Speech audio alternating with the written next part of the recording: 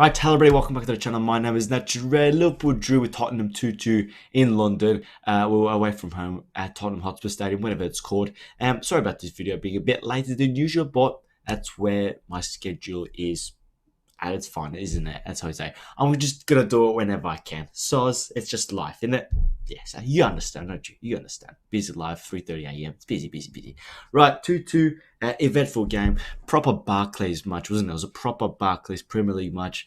Eventful, lots of things happened, and it didn't go our way. But looking upon it, because I watched the match earlier today, and thinking, we were lucky to get 2-2, maybe, but like Tottenham were good. They were good. You can see, Antonio Conte is having even like a week, with training with a new manager. It does wonders for a team.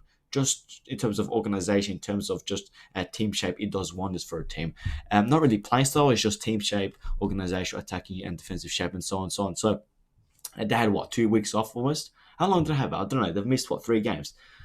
3-4 games, whatever. So they've had lots of time on the pitch. Yes, without their players, without they didn't train together, did they? But you can tell they probably did some Zoom classrooms and presentations on this and this and this, and that's how Antonio Conte was to set up.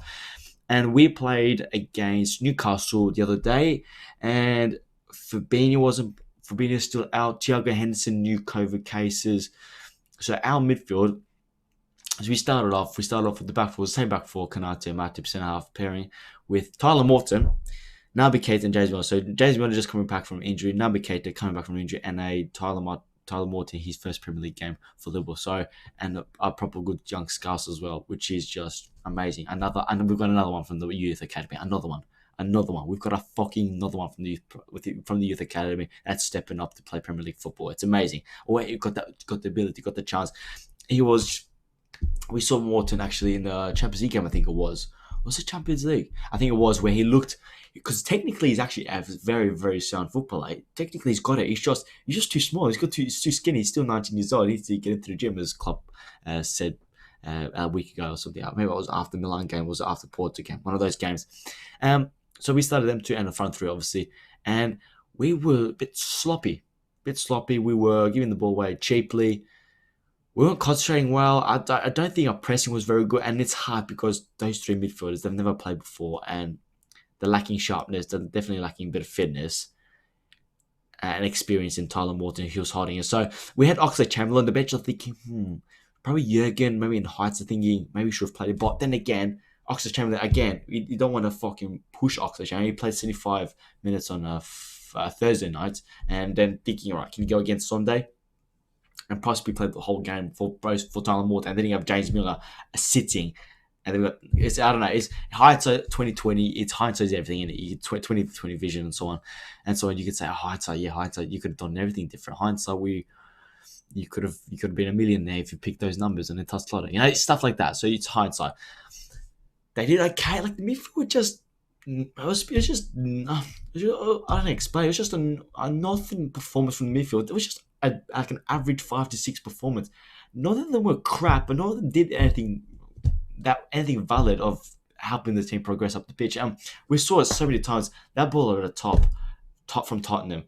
Our team pressing was just awful. It was really, really poor. And thinking, okay, are we gonna sit back a little bit, like 5 yards deeper? Because every time, I don't know if it was either the positions of the centre halves, or if it was the midfield not being coherent with the front three in terms of being positioned. Because Henderson, Thiago, Fabinho, their positioning off the ball is probably the best in the world in terms of winning the ball back, defensive positioning, engine, team shape, in terms of middle of the park, organisation. You got the captain leading, always screaming. Thiago's the technician, and Fabinho. Fabinho lets you go up, and he just is a brick wall and just says, "Nah, you're not getting past me." That's what Fabinho is. Probably one of the best centre defensive midfielders in the world currently, and he just gives that protection. He gives you. People forget, it's not even defensively. He gives you sustained attack. So if we're trying to build patient football. They get the ball, and they're on for a counter attack. No, Fabinho stops it, recycles it, and we start again. So it's a sustained pressure, a sustained attacking, and we couldn't do that. Every time we had one attack, and then we lose the ball for about 2 minutes. One attack, 2 minutes. You know, it was like that type of game when the midfield could not control anything. Kate was a bit sloppy at times. Trent a couple of times a bit sloppy. Robertson I thought had an excellent game. Robertson was classic Andy Robertson, and we'll go to the goal. What was there? Their first goal was a lovely ball, but even there was a poor ball from Trent, wasn't it? And then Winks went in for a tackle. Keita maybe should. I think Keita pulled out. It was a Winks was going. Was just going. I don't know if Keita pulled out because Keita's just he's not confident in his body so far. He just needs games. And there was a lot. It was just a good finish from Kane. And then afterwards, the talking points, unfortunately, is on the fucking referee. The fucking incompetent fucking fools officiate our referees. Now, I sometimes ref games at my local club, not paid, just volunteer as I'm a coach. So you sometimes volunteer at 2, 3, 4, 4, 5 times a year, right? At most, but not like 11 aside. It's just 9 aside, under 12s and so on and so on. It's fucking hard. It is fucking hard. But that's why you've got the fucking virtual assistant referee to fucking help these referees. If Tierney thinks that's a not a foul, all right, or whatever, that's not a foul, all right. But he needs VAR, not VAR. VAR is just a computer screen. He needs the officiating up in the boardroom of VAR to say, right, I don't think that's really good. Tierney, do you want to go to that TV screen? Because I did it for one. It was like, okay, one rule for another, one rule for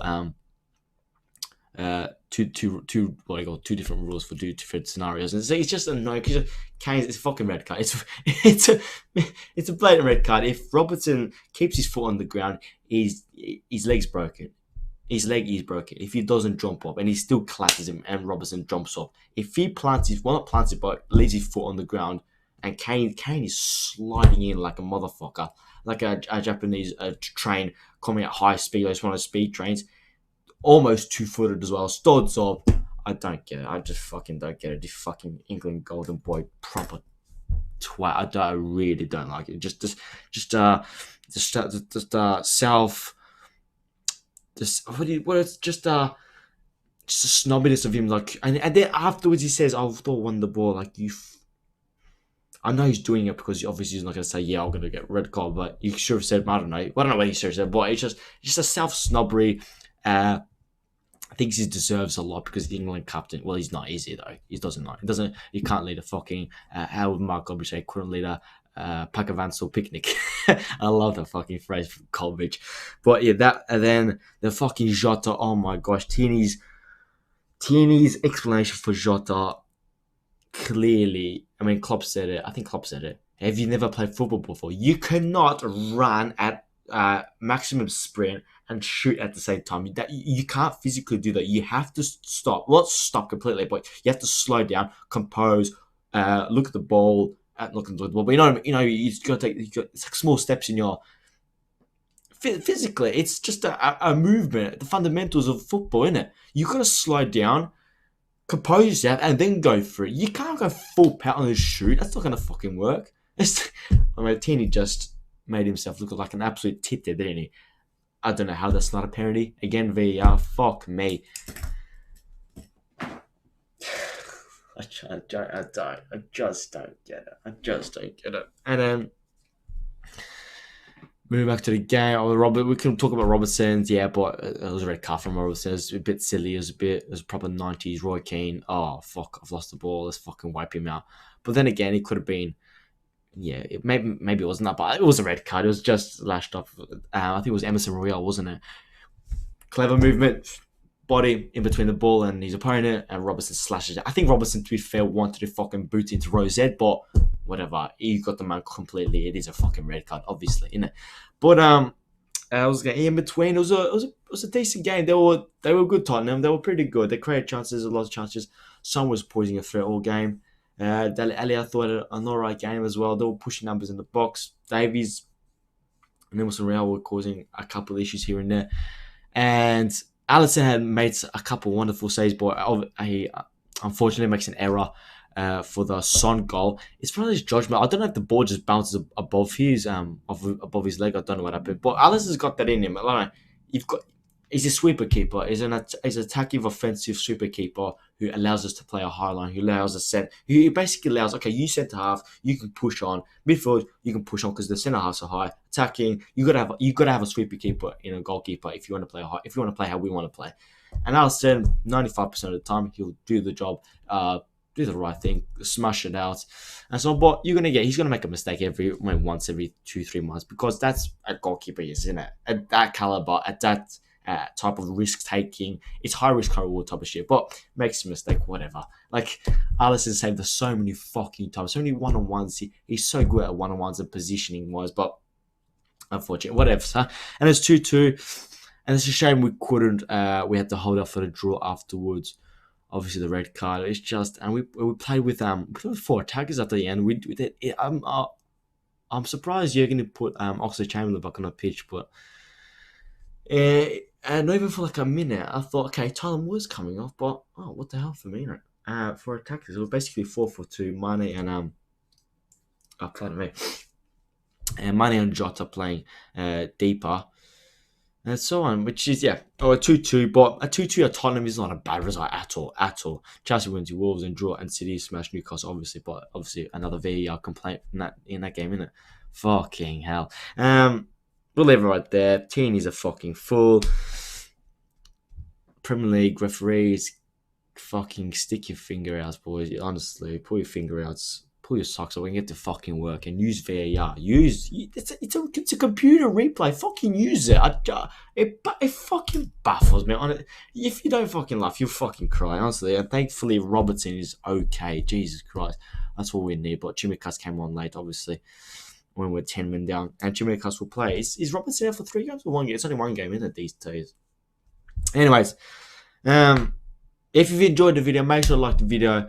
Subscribe to the channel if you haven't already. Follow social media platforms, Twitter and Instagram, and follow us on Twitch as well. I try to stream every day. I try and stream nighttime, UK time, nighttime, roughly around 11 p.m., 12 a.m. UK time, and around 11 a.m., 12 p.m. Australian time. That's when I usually try and stream. It's sound. Anyway, yes, do those things. Love you all. Like the video if you haven't already, and we'll see you guys later.